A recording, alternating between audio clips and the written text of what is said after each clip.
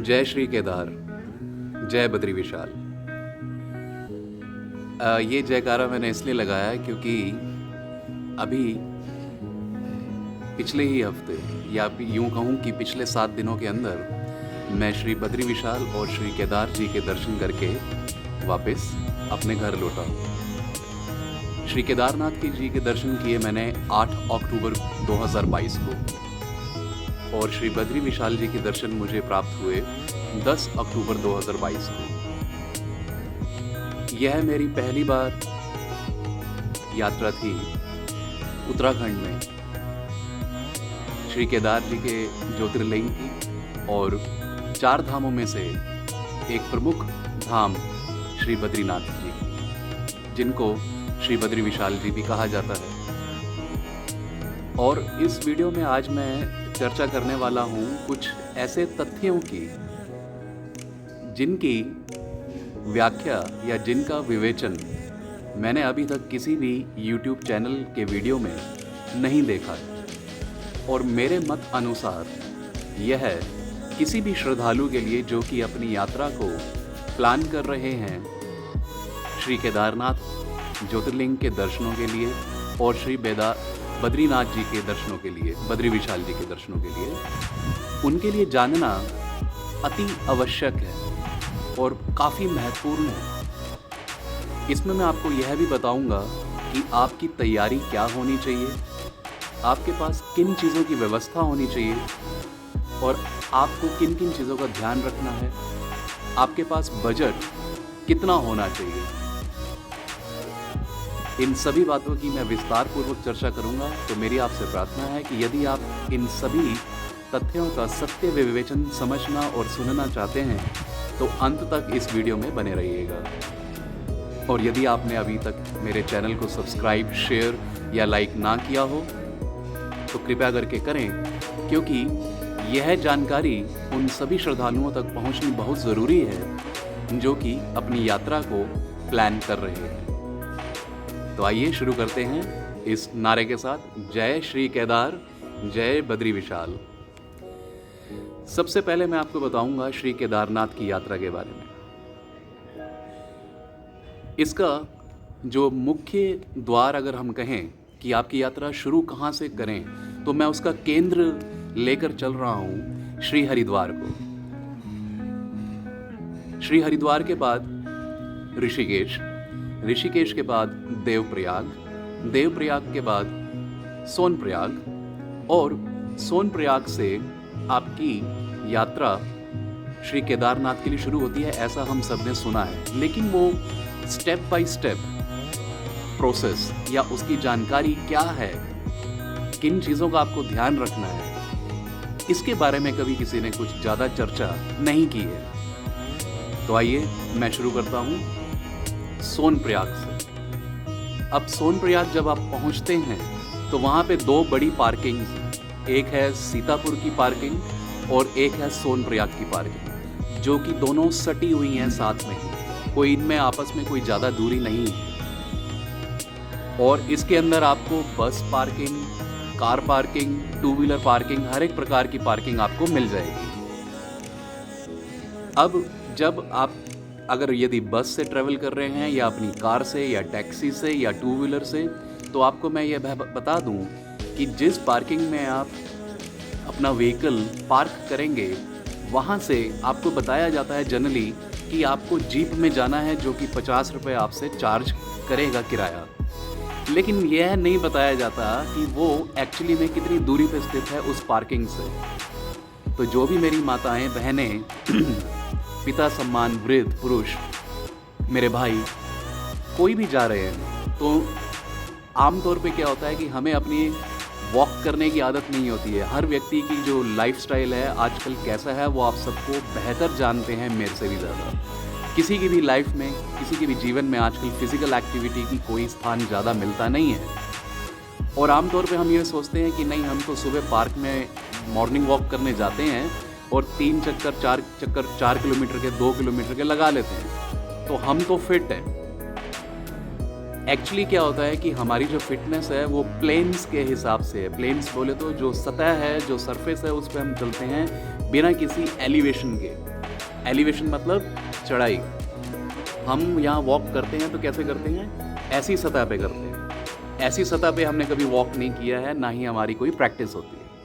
अब कई लोगों का कहना यह है कि नहीं, हम तो प्रैक्टिस भी करते हैं, उसके बावजूद भी एक चीज़ का बहुत बड़ा अंतर पड़ता है, वो होता है एल्टीट्यूड। एल्टीट्यूड का मतलब हुआ कि आप समुद्र तल से कितनी ऊंचाई पे हैं। जो मैंने नाम लिए थे, जैसे कि केंद्र था हरिद्वार, ऋषिकेश, देवप्रयाग, रुद्रप्रयाग, सोनप्रयाग, और भी कई प्रयाग आते हैं जैसे कि विष्णु प्रयाग, कर्ण प्रयाग। अब ये प्रयाग क्या होते हैं, ये थोड़ा सा ये भी बता देता हूँ, फिर वापस चलता हूँ केदार की बात पे। प्रयाग का मतलब होता है जहाँ पे जो देव योग्य से जो संगम हो रहा होता है हमारी पवित्र पावन नदियों का, उस संगम को हम कहते हैं प्रयाग। और ये प्रयाग जो है भिन्न भिन्न नामों से जाना जाता है उस क्षेत्र के हिसाब से, कि उसमें कौन सी नदी का मिलन कहाँ पे किस प्रकार हो रहा है। उदाहरणतः अगर मैं देवप्रयाग की बात करूं तो वहाँ पे पवित्र पावन नदी हमारी अलकनंदा और भागीरथी मिलती है। ठीक है, अब मैं वापस चलता हूँ अपनी उस बात पे जो मैं आपको बता रहा था कि पार्किंग का जो डिस्टेंस है सोनप्रयाग या सीताप्रयाग क्षमा करें, सीतापुर की पार्किंग से, वो 2.5 से 3 किलोमीटर का डिस्टेंस है। तो जैसा मैंने बताया कि सोनप्रयाग से जो जहाँ से जीप मिलती है श्रद्धालु को, उसकी जो दूरी है वो 2.5 से 3 किलोमीटर की दूरी है। और इस पर चढ़ना भी हमारे हर माता या पिता समान या भाई या बहन के लिए जो शारीरिक रूप से स्वस्थ नहीं हैं और मानसिक रूप से स्वस्थ नहीं हैं, जिनके अंदर इतनी क्षमता नहीं है कि वो एलिवेशन चढ़ सकें, तो उनके लिए ये 2.5-3 किलोमीटर भी मुश्किल होने वाले हैं। दूसरी बात, अब जहाँ से आपको जीप मिलती है, जब आप जीप लेते हैं तो वहाँ से तो आपको फटाफट जीप मिल जाती है पुल क्रॉस करते ही। वहाँ पे एक पुल है, छोटा सा पुलिया, उसको क्रॉस करते ही आपको जीप मिल जाती है, जो कि आपको 50 रुपये लेके 15 से 20 मिनट या 10-15 मिनट के अंदर पहुँचा देगी। अब आपके पास क्या जानकारी अभी तक की कहाँ पहुँचाएगी? वो जानकारी है कि आपको पहुँचाएगी गौरीकुंड। अब यहाँ पे भी एक फेर है, क्योंकि जिस रास्ते से जीप्स आती हैं और जहाँ से वापस जाती हैं, जब आपको जीप पे चढ़ना है तो आपको जीप वहीं पे पुलिया क्रॉस करते ही मिल जाती है। लेकिन जब यही जीप वापस घूम के वहाँ जाती है, कहाँ? गौरीकुंड की तरफ, तो वहाँ पे आपसे पहले गई हुई जीपें रुकी हुई होती हैं। किस वजह से?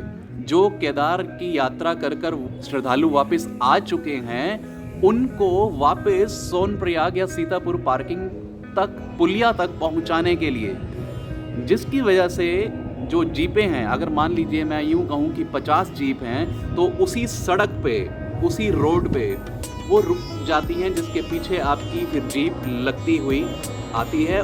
उसकी वजह से श्रद्धालुओं को फिर से पैदल चलना पड़ता है सोनप्रयाग की तरफ, सॉरी गौरीकुंड की तरफ, क्षमा करें, गौरीकुंड की तरफ, जिसकी दोबारा से आपको 1 से 1.5 किलोमीटर पैदल यात्रा तय करनी पड़ती है। और वो फिर से ढलान नहीं है, वो चढ़ाई है,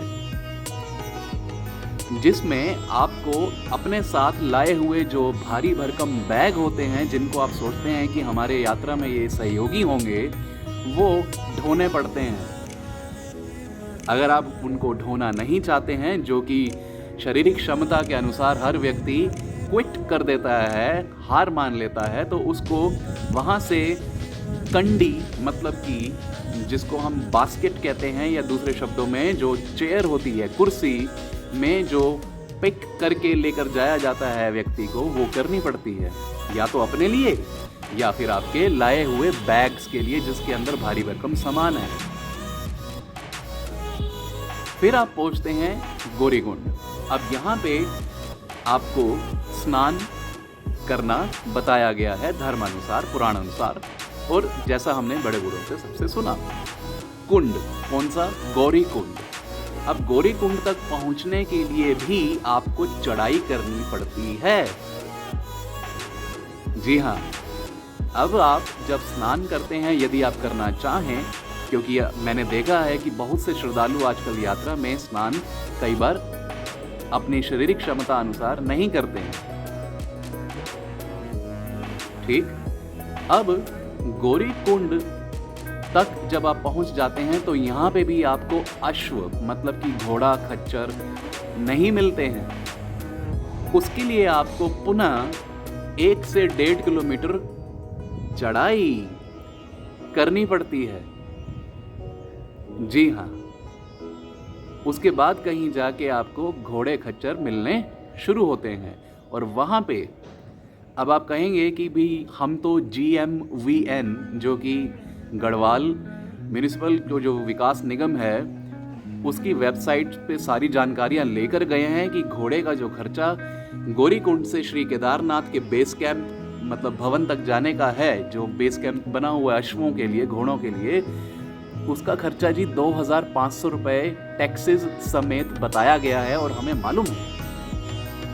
लेकिन मैं आपकी जानकारी के लिए यह बताऊं कि वहाँ पे घोड़ा आपको 3000, 4000, 5000, 6000, 7000 रुपए तक का प्राप्त होगा। जी हाँ, इसकी बात आपको कोई नहीं बताता। और जहाँ पे वहाँ ऑफिशियल काउंटर बना हुआ है हमारी प्रशासन के द्वारा, वहाँ पे पर्ची 2500 की ही कटती है। और जब आप उस काउंटर पे जाएंगे और उन्हें कहेंगे कि मुझे घोड़ा करना है, कृपया करके पर्ची काट दीजिए, 2500 रुपये मुझसे ले लीजिए, वो आपसे एक बात कहेंगे कि पहले घोड़े वाले से जाके उसका बैच या फिर आई कार्ड या उसका जो कार्ड वहाँ पे आइडेंटिटी कार्ड बना हुआ होता है वो लेकर हमारे पास आएँ। हम आपको उसका नाम रजिस्टर करके कि भाई आपको कौन लेकर जाने वाला है दर्शनों के लिए, घोड़े पे उसका नाम का विवरण हम आपके रिसीप्ट पे करके देंगे। इसलिए आप जाइए और वहाँ से उनका बैच आईडी लेकर आइए। अब आप मेरी बात समझ रहे हैं? अब आपके लिए मुख्य चैलेंज क्या है? So what will be your main challenge over there and what will be the concern? The person who is available there as a घोड़ा वाहक will not give you his badge. वो आपको अपना बैच नहीं देंगे। कब तक? जब तक आप उनकी बताए हुए कीमत को मान नहीं लेते। अगर वो कहते हैं कि ये घोड़ा हम आपको 4000 रुपये में देंगे, 5000 में देंगे, जी हाँ मैं सही बता रहा हूँ आपको, ऐसा होता है वहाँ पे, 3000 में, 3500 रुपये में माथा देख के तिलक करेंगे। और यदि आपने नेगोशिएशंस नहीं कर पाया, अब इसमें नेगोशिएशन की एक्चुअली तो ज़रूरत नहीं होती, लेकिन क्योंकि वहाँ पे व्यवस्था ऐसी फैली हुई है कि आपको ऐसा करने पर मजबूर होना पड़ता है एक श्रद्धालु को। और एक बात मुझे बताइए, जो व्यक्ति अपना बजट 2500 के हिसाब से लेकर आया हो, वो 4000 का, 5000 का, 6000 का घोड़ा कैसे कर लेगा? चलिए, अब ये हमने समझा कि घोड़ा खच्चर हमें किस प्रकार मिल सकता है। दूसरा, वहाँ पे वो लोग ये चेक करते हैं, ये जानना चाहते हैं आपसे कि सवारी कौन सी है। अब वो किस लिए ये प्रश्न पूछते हैं? यह प्रश्न वो इसलिए पूछते हैं क्योंकि वहाँ पे जो घोड़े खच्चर हैं वो आपके वज़न के हिसाब से तय किए जाते हैं। उसकी वजह से कोई रेट्स ज़्यादा नहीं होते, लेकिन हाँ, घोड़े और खच्चर की जो अंतर है, मतलब कि उसके घोड़ों में फ़र्क आ सकता है, लेकिन वो आपको देखकर भी रिजेक्ट भी कर सकता है। बेशक आपका वज़न 60 किलो ही क्यों ना हो, जबकि वो 75 लेके जा सकता है, लेकिन वो देख के मना कर देगा। ये उसके मानसिक विचारधारा के ऊपर निर्भर करता है। हालांकि वहाँ पे कोई वज़न तोलने वाली मशीन नहीं है। अगर आप उन्हें कहें कि भाई आप मेरा वज़न तोल लीजिए कि कितना है, अगर आपको संशय है तो, लेकिन नहीं, वो तोलेगा नहीं और आपको कहेगा कि नहीं मैं आपको नहीं ले जा सकता।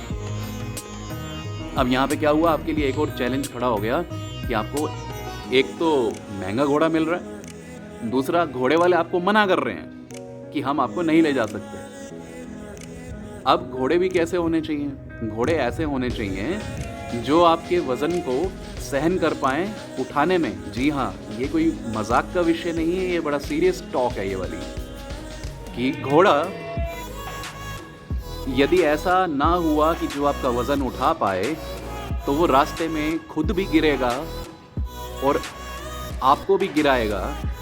और जो श्रद्धालु वहाँ पे पैदल यात्रा कर रहे हैं, मैं उनके बारे में भी चर्चा करूँगा कि उनकी क्या वहाँ पे स्थिति है, उसको भी गिराएगा, उसको सबको चोट लग सकती है। ये बड़ा खतरे वाला विषय है। अच्छा, अब आप ये तो समझ गए कि घोड़ा किस प्रकार लिया जा सकता है या उनकी क्या क्या तरीके हैं और क्या मुश्किलें हैं और जिनका सामना आपको करना पड़ सकता है, जिसके लिए आप तैयार रहें। अब कई श्रद्धालु ऐसे होते हैं, वो ये कहते हैं, अरे यार चिंता मत कर, हमारे पास पैसे या बजट की कमी नहीं है, हम वहाँ पे पालकी कर लेंगे, जिसे डोली कहा जाता है, जिसका ऑफिशियल जो किराया है वज़न अनुसार वो 5,700 रुपये से लेके 6,700 और फिर लास्ट में 7,700 रुपये का पड़ता है एक साइड की यात्रा का। मतलब कि गौरीकुंड से केदारनाथ की पालकी का जो किराया है वो ऑफिशियली 5,700 से 7,700 के बीच में वज़न के अनुसार पड़ता है। लेकिन आपको मालूम है कि वो डोली लिमिटेड हैं। जो संख्या मुझे वहाँ से बताई गई ऑफिशियल काउंटर से, वो उसकी संख्या है 50, मात्र 50। यस, और उनका किराया घोड़ों से कम नहीं है। मतलब कि घोड़े की ही तर्ज पे वो पालकी आपको मिलती हैं। यदि ऑफिशियल किराया उसका मैक्सिमम अगर मैं लगा के बात करूं तो 7,700 रुपये, लेकिन आपको वो मिलती है 15,000 की, 20,000 की, 18,000 की। जी, और वो भी कितनी है संख्या में? मात्र 50। आप सही समझ रहे हैं। चलिए अब हम यात्रा शुरू करते हैं घोड़ा पड़ाव से, ठीक है। और हम घोड़े पे यात्रा यदि करें, क्योंकि मैंने जो करी वो घोड़े पे यात्रा करी, वो मात्र कारण ये था कि मैं अपने माता पिता जी के साथ गया था, जिनकी उम्र 70 साल और 65 वर्ष की लगभग है। तो उनको मैंने पालकी में यात्रा कराने की सोची थी, जो कि मैं पीछे बताए हुए कारणों की वजह से नहीं करवा पाया। अब मेरे लिए सबसे बड़ा प्रश्न चिन्ह यह लग गया श्री केदार जाने के बाद कि मैं यात्रा भी कर पाऊंगा या नहीं कर पाऊंगा, और यदि करूं तो मेरे पास जो मात्र एक सॉल्यूशन उपलब्ध था उस समय वो घोड़े खच्चर का था। लेकिन उनको इस उम्र के पड़ाव पे, इस अवस्था में मैं घोड़े पे बिठाऊं कैसे? बट फिर भी बिठाना पड़ा क्योंकि दर्शन करने थे। चलिए अब हम यात्रा शुरू करते हैं। तो जैसे ही हम घोड़ों पर बैठ के यात्रा शुरू करी, अब इसमें क्या ज़रूरत होती है, वस्तुएं, क्या सामान आपके पास होना चाहिए, नहीं होना चाहिए, मैं उसका विवरण आगे दूंगा आपको।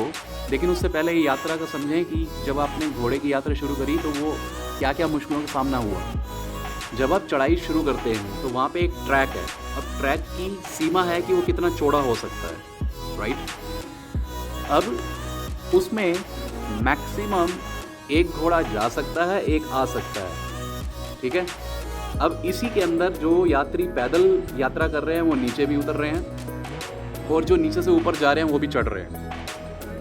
अब कई बार यात्रा के दौरान क्या होता है, ज़्यादातर एक तो घोड़े की जाने की जगह, एक आने की जगह, उसके बीच में एक और घोड़ा भी आ जाता है। मतलब कि 3-3 घोड़ों की लाइनें बन जाती हैं, जिसकी वजह से जो यात्री पैदल यात्रा कर रहे हैं, आदरणीय, सम्माननीय और बहुत ही मतलब रिस्पेक्ट के पात्र हैं जो श्रद्धालु जो पद यात्रा करते हैं, उनको आप घोड़े पे बैठे हैं तो आपके जो घुटने हैं वो उनको लगते रहते हैं, और पूरी संभावना रहती है कि उनको ज़ोर की लगे। और कई बार आपके पाँव के घुटने ज़ोर ज़ोर की बजते हैं सामने वाले आने वाले घोड़े के ऊपर बैठे हुए यात्री के घुटने से, या घोड़े पे लदे हुए सामान की वजह से।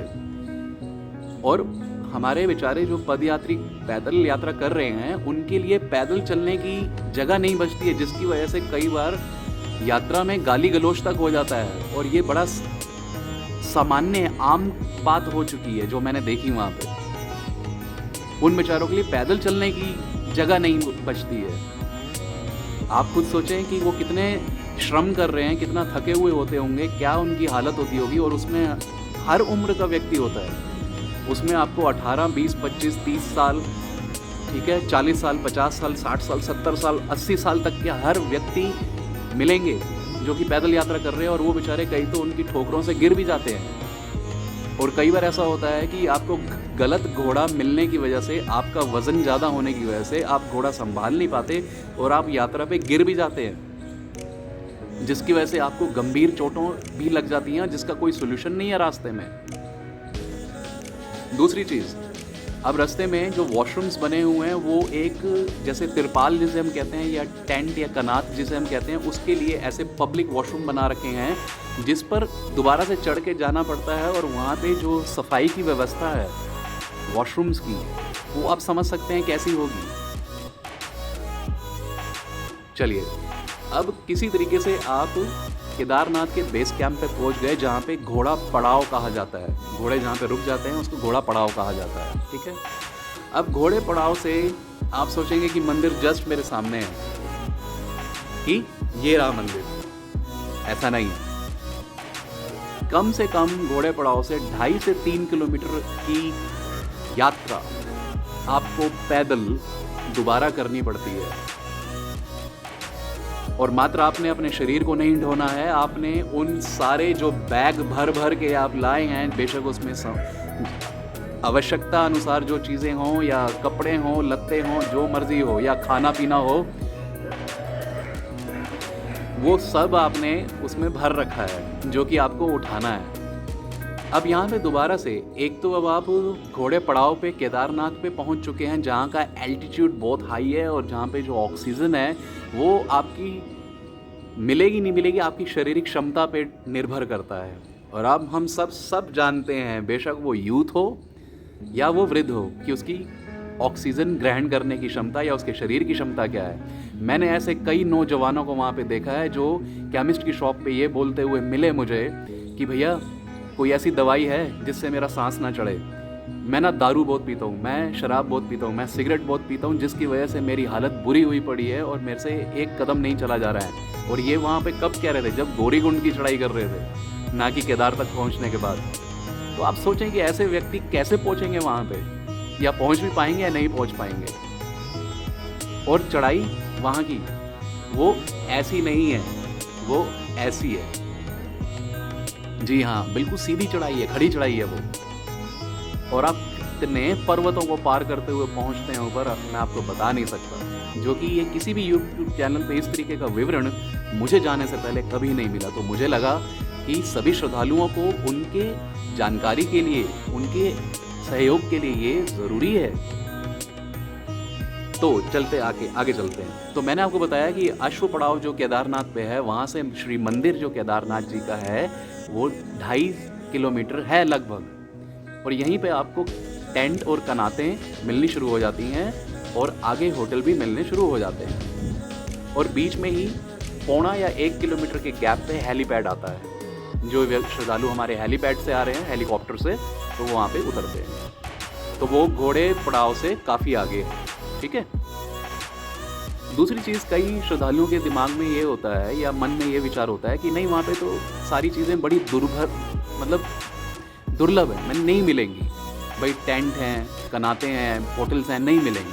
और किसी को होता है कि जो वहाँ पे तापमान है उसमें तो बहुत ठंड पड़ रही है, क्योंकि मैंने कई वीडियोस देखे जिसमें लोग मतलब बिना किसी आवश्यकता के ये बोल रहे हैं कि वहाँ पे इतनी ठंड है कि पता नहीं आप क्या करेंगे, इतनी बर्फबारी हो रही है। ऐसा कुछ नहीं है वहाँ पे।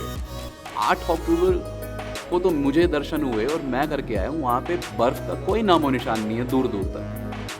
हाँ, पीछे पहाड़ों में ज़रूर दिखती है, लेकिन उससे आपकी यात्रा पे क्या प्रभाव पड़ रहा है।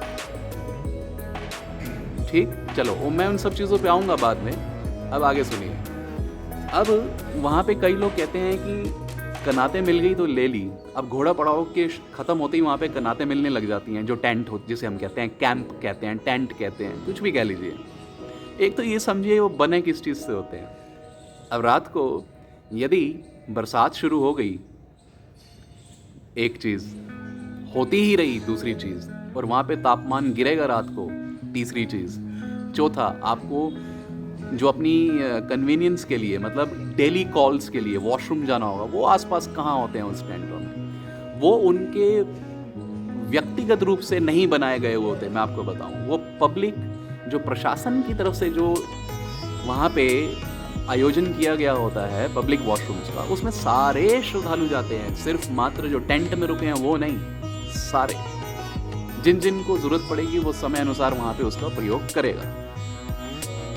दूसरी चीज़, जब अगर पूरी रात वहाँ पे बरसात होती रही, जो कि जब मैं 8 अक्टूबर गया और 9 अक्टूबर को नीचे वापस उतरा, तो लगातार बरसात हो रही थी, लगातार, बीच में रुकी नहीं। लेकिन उसकी वजह से हमारी यात्रा भी नहीं रुकी, वो भी हम चलते ही गए और करते ही गए, राइट।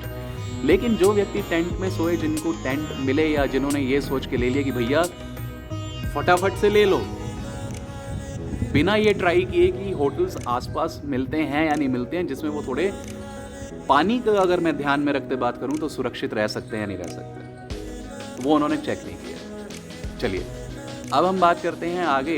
जब श्री केदार जी के हमें मंदिर पे हम पहुंचे, तो वहाँ जो घोड़ा पड़ाव था ना, वहाँ से मंदिर तक जाने के लिए भी आपके लिए कंडी की सुविधा उपलब्ध है। कंडी क्या होता है? जैसे जो बास्केट या चेयर मैंने आपको बताया था, उसकी सुविधा उपलब्ध है, आप उसको भी ले सकते हैं। लेकिन इन सब सुविधाओं के लिए एक चीज़ याद रखिएगा, आपको पैसे की ज़रूरत पड़ेगी, और वो कोई भी व्यक्ति वहाँ पे ऑफिशियल रेट चार्ज करने के हक में नहीं मिलेगा आपको। ये एक विडंबना है, ये एक आश्चर्यचकित कर देने वाली बात है कि प्रशासन इस चीज़ पे कोई ध्यान नहीं दे रहा है। ठीक, चलिए अब आपने श्री केदार जी के दर्शन किए, जो कि हमें बड़ी ही सुगमता से हो गए थे। जो कि मैंने वीडियोस में सुना कि भारी भीड़ है, भारी भीड़ है, इतने हजार श्रद्धालु हैं, ऐसा कुछ नहीं है। भीड़ ज़रूर थी, लेकिन दर्शन मात्र आपको पौने से 1 घंटे के अंदर अंदर हो जाते हैं, बिना किसी परेशानी के, और बहुत खुले और बहुत अच्छे दर्शन होते हैं, जो कि हमें प्राप्त हुए। जय श्री केदार। अब हम चलते हैं वापसी की तरफ। श्री केदार से अब हम उतरते हैं। तो उतरने के लिए भी जो भी मैंने सारी चीज़ें बताई आपको, वही सारी चीज़ें रिपीट होने वाली हैं आपके साथ। जी हाँ, रिपीट होने वाली हैं। और अक्टूबर में हमें जाकर एक चीज़ का सामना और करना पड़ा, क्योंकि अब जो कपाट हैं वो दिवाली के पश्चात बंद होने वाले थे, जिसको सुनने और जानकारी मिलने के पश्चात कई घोड़े वाले, कई कंडी वाले, कई पालकी वाले अपने अपने गांव में जा चुके दोबारा। अब क्या हुआ कि घोड़े खच्चरों की जो संख्या थी वो कम हो गई, ठीक, जिसकी वजह से प्रभाव पड़ेगा कि वो आपको मिले या ना मिले, या उनकी कमी आने लगेगी। ठीक है, तो इस चीज़ का आप ध्यान रख सकते हैं। और ये जो चर्चा मैं कर रहा हूँ, ये मात्र 2022 की यात्रा के लिए नहीं है, ये आने वाली सभी यात्राओं के लिए है जो आप करने का विचार करेंगे। तो सेम इसी तरीके से हम गौरीकुंड पे और सोनप्रयाग पार्किंग या सीतापुर पार्किंग जो मैंने आपको बताई थी, उस तक वापस लौटेंगे आप, और आपको सेम वही सामना करना पड़ेगा जो चीज़ें मैंने आपसे चर्चा करी। ठीक है, यहाँ से मुझे एक बात और समझ आती है कि जो व्यक्ति यह कहता है मैं केदार की यात्रा कर कर आया और मुझ में काफ़ी हिम्मत है, मेरा मानना, जो मेरा मत है वो यह है कि यह यात्रा हम अपनी शक्ति अनुसार या अपनी शक्ति का निर्भर होते हुए नहीं कर सकते, ना ही कर पाएंगे। ये यात्रा यदि कोई करवाता है या कोई करता है तो वो मात्र उस शंभुनाथ, उस सदाशिव की कृपा, अपार कृपा की वजह से ही कर पाता है, अन्यथा यह यात्रा करना संभव नहीं है। ऐसा मेरा मानना है, जाने के बाद, उसको अनुभव करने के बाद, कि हमारे अंदर इतनी शक्ति आ ही नहीं सकती कि हम ऐसी दुर्गम यात्रा को कर कर वापस सकुशल, सुरक्षित आप आएँ। और मैंने रास्ते में कई लोगों से सुना, हमारे सहयात्रियों से भी सुना, देखा कि कई लोग घोड़े खच्चरों से गिरे, उनको गंभीर चोटें भी लगी। पैदल यात्रियों को चोटें लगी घोड़ों के कारण, घोड़ों पे बैठे हुए यात्रियों के कारण, जिसके लिए प्रशासन को थोड़ा सा ध्यान ना देकर ज़्यादा ध्यान देने की ज़रूरत है जी। तो अब हम चलते हैं श्री बद्रीनाथ की यात्रा पे। चलिए बोलिए जय बद्री विशाल, जय बद्रीनाथ। अब यहाँ से जब आप केदार से बद्रीनाथ की ओर जाते हैं तो रास्ते का जो विवरण अगर मैं दूं आपको, तो बहुत ही नैरो सड़कें हैं और बहुत हाइट्स पे आपको जाना पड़ता है। कहीं कहीं पे आधी सड़क बीच में से टूटी हुई है। मान लीजिए कि अगर ये पूरी सड़क है तो आधी सड़क टूटी हुई है, एक टुकड़ा उसका सड़क का टूटा हुआ है, और उसी थोड़ी सी जगह में से आपके व्हीकल ने, आपके वाहन ने क्रॉस करना है। और बद्रीनाथ के रास्ते में हमें कई बार रॉक स्लाइड्स मिली, जगह जगह पे रॉक स्लाइड्स हमें मिली, देखने को मिली, जाम मिले रॉक स्लाइड्स के कारण। और इन सभी जो परेशानियां हैं उनको अब मैं यूं कहूं कि हम पार करते हुए पहुंचे, तो मेरा ऐसा कहना गलत है दोबारा से। ये सिर्फ और सिर्फ जब तक परमात्मा की, पारब्रह्म परमेश्वर की आप पर अपार कृपा ना हो, आप ये यात्राएं पूर्ण नहीं कर सकते, ऐसा मेरा मानना है। तो आप बद्रीनाथ धाम पहुंचते हैं खूब ऊंचाइयों को पार करते हुए। उसका जो रास्ता है वो, जैसे कि आपको मैं कुछ बताऊं, अगर जैसे सोनप्रयाग, रुद्रप्रयाग, और उसके बाद से अपना आपका रास्ते में श्रीनगर, तिलवाड़ा, हेलंग, जोशीमठ, ये सारे क्रॉस करते हुए, पहाड़ों को क्रॉस करते हुए आप श्री बद्रीनाथ के द्वार पे पहुंचते हैं।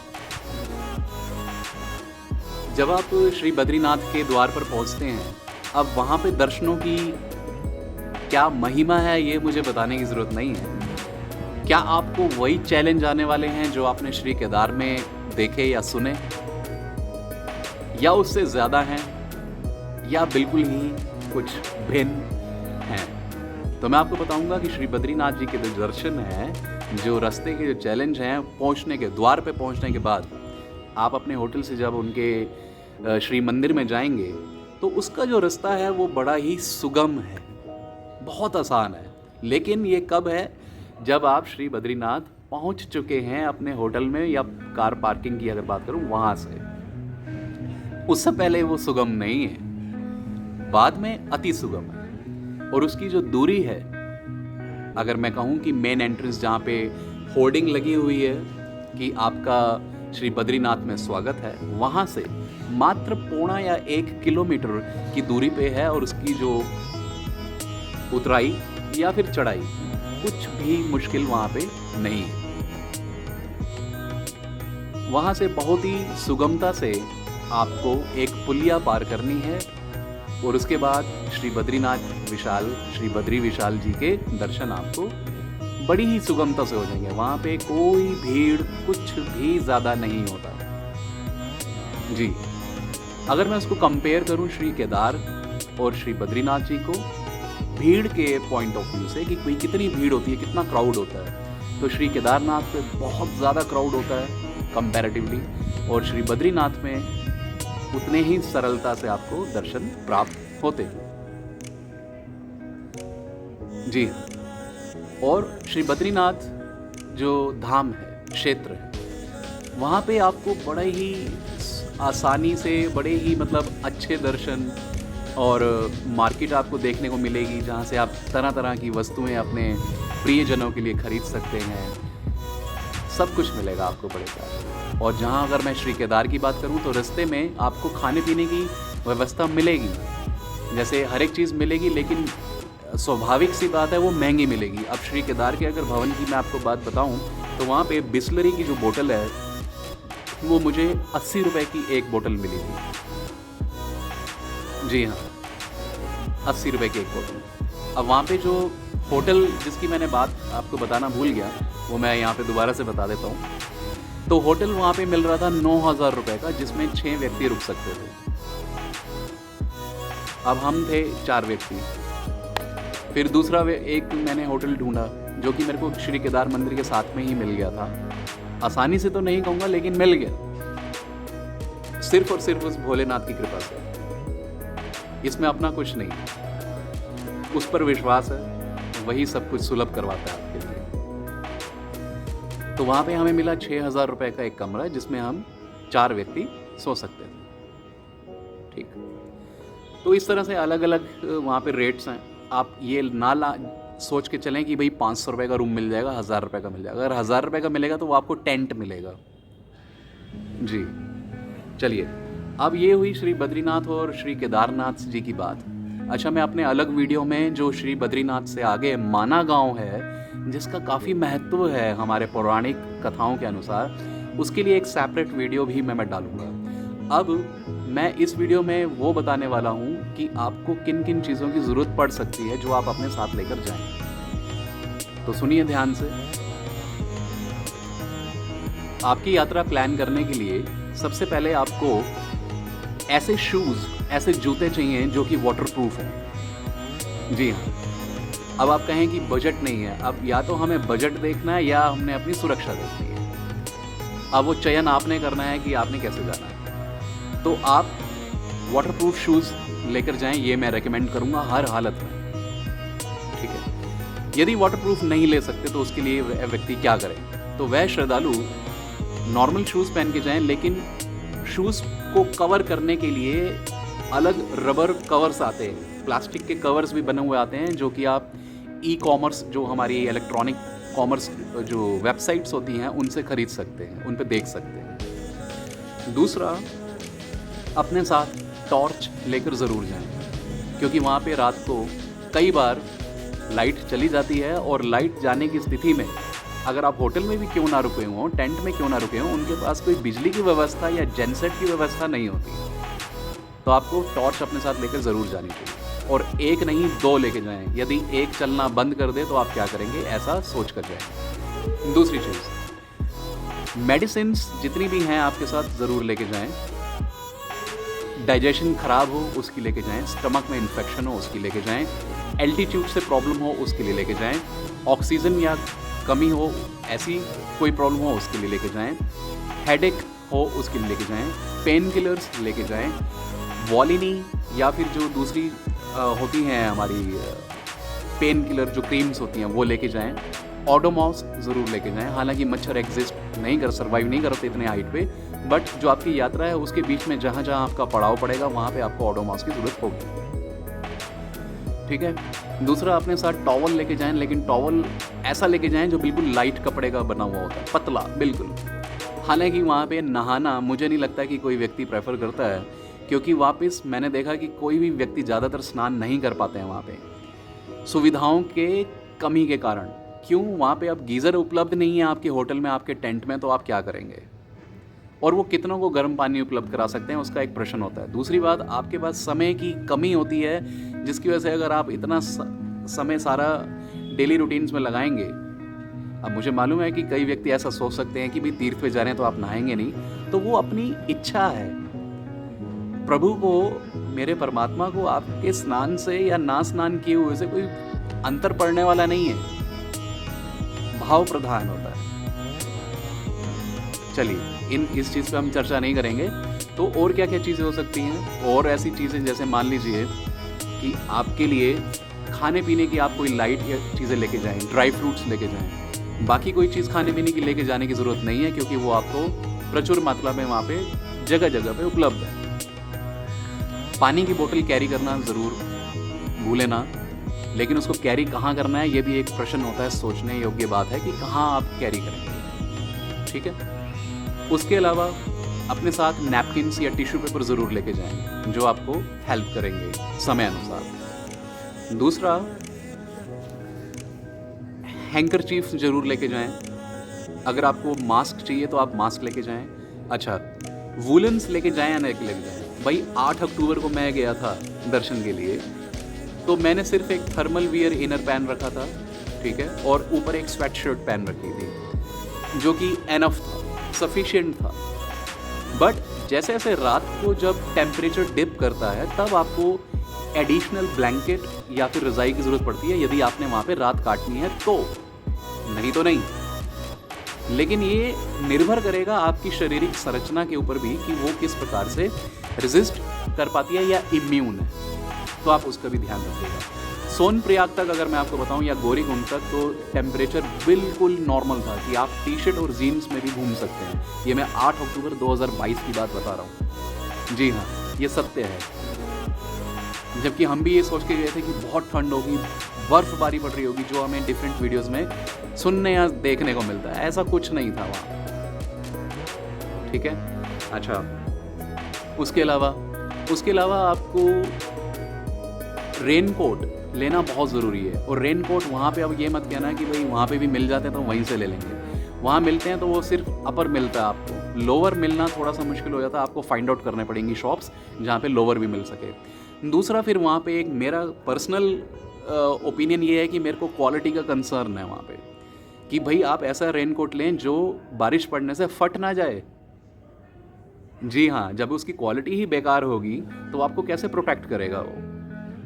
और आपका रेनकोट का जो अपर है उसमें हुड, जो कि सिर को कवर करता है, वो होना बहुत ज़रूरी है, ठीक?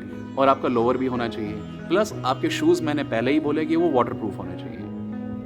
अगर वाटरप्रूफ नहीं हो सकते हैं तो उसके लिए पॉलीइथेन जो हमारी होती है, उसके कवर्स रेडीमेड बने हुए आते हैं, आप उसको सर्च करें और उसको ज़रूर साथ लेके जाएं। कितने लेके जाएं? कम से कम 20 से 25 पेयर एक व्यक्ति लेकर जाए, क्योंकि जब वो यूज़ होगा, आप उतरेंगे, चढ़ेंगे, चलेंगे, वो घिसेंगे और फटेंगे, या कहीं अटक गए तो फटेंगे। उसके लिए आपके पास एडिशनल पेयर होने बहुत ज़रूरी है। दूसरी एक चीज़ मेरे को न्यू देखने को मिली जब मैं जा रहा था, प्लान कर रहा था यात्रा उससे पहले, कि आपके पास ऑटोमेटिक वार्मर्स आते हैं, मिलते हैं मार्केट में आजकल, जिसको आप यूज़ कैसे करते हैं? वो इतने इतने पाउच बने हुए होते हैं, पाउच, जिसको आप सॉक्स, मतलब जो अपने पाँव में, अगर जैसे कई लोगों को ठंड लगती है रात को सोते समय, या गीले हो गए तो उसकी वजह से ठंड लग रही है, और जो कि ठंड रुक नहीं रही है, और वहाँ पे हीटर नहीं है, गीज़र गर्म पानी नहीं है, तो आप क्या करेंगे सोने से पहले? तो उसको आप, अगर आपके पास सूखी जुराब उपलब्ध है, मैंने अगर इसलिए यूज़ किया क्योंकि यदि आपके सारे सामान जो आप लेके जा रहे हैं, बैग वगैरह जो बैग लेके जा रहे हैं, वो वाटरप्रूफ नहीं है और वहाँ पे बरसात हो रही है, सब कुछ भीग जाएगा। आपके जितने कपड़े हैं, आपकी जितनी मेडिसिन हैं, आपके अंडरगारमेंट्स हैं, कुछ भी आप लेके जा रहे हैं, वो सब भीगने वाला है। अगर वो बैग जिसमें आपने ये सामान रखा हुआ है वो वाटरप्रूफ नहीं है तो